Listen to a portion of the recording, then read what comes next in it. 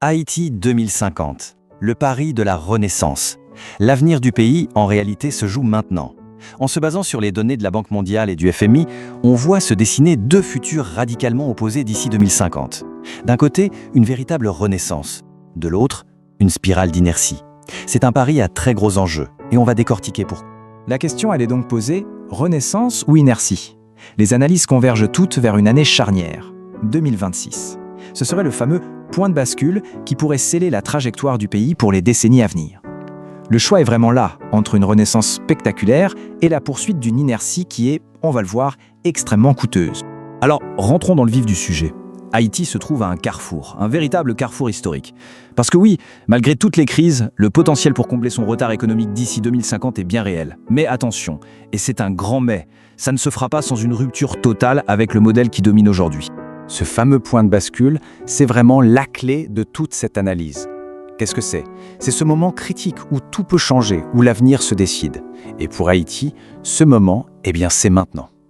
Les décisions prises autour de 2026 vont déterminer si le pays s'engage enfin sur le chemin de la croissance ou s'il reste, au contraire, prisonnier de ses difficultés. Pour bien mesurer l'enjeu, il faut d'abord regarder ce qui se passerait si rien ne changeait. C'est notre deuxième point, le coût de l'inaction. C'est le scénario de l'inertie, une voie qui mène tout droit à une impasse et dont le coût est, comme on va le voir, exorbitant. Et là, la comparaison est brutale. Il n'y a pas d'autre mot. Le modèle actuel place Haïti très loin derrière son voisin, la République dominicaine, et à des années-lumière d'un modèle de rattrapage comme le Vietnam. Que ce soit le revenu par habitant, l'investissement étranger ou l'accès à l'électricité, les chiffres parlent d'eux-mêmes. Ils sont sans appel.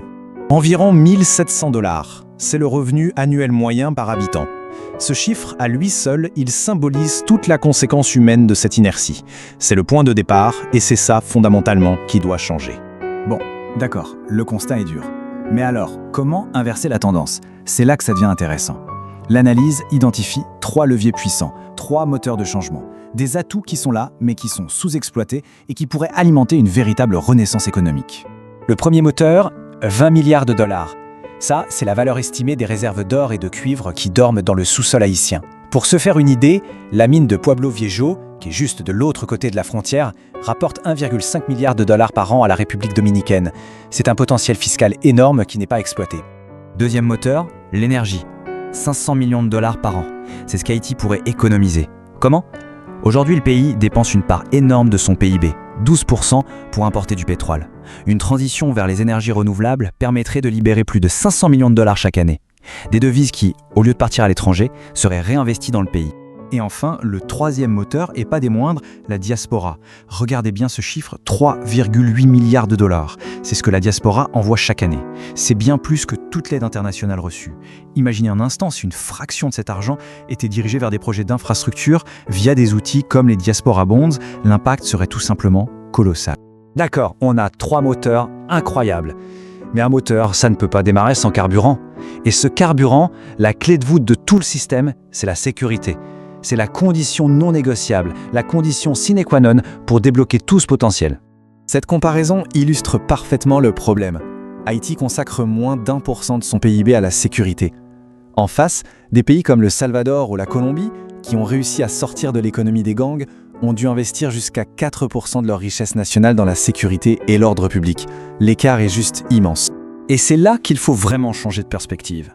La sécurité, ce n'est pas une dépense, c'est un investissement. Et c'est même le meilleur investissement qui soit. Des études du Copenhagen Consensus le montrent très clairement. Chaque dollar investi pour réduire la violence urbaine génère un retour économique de 15 $.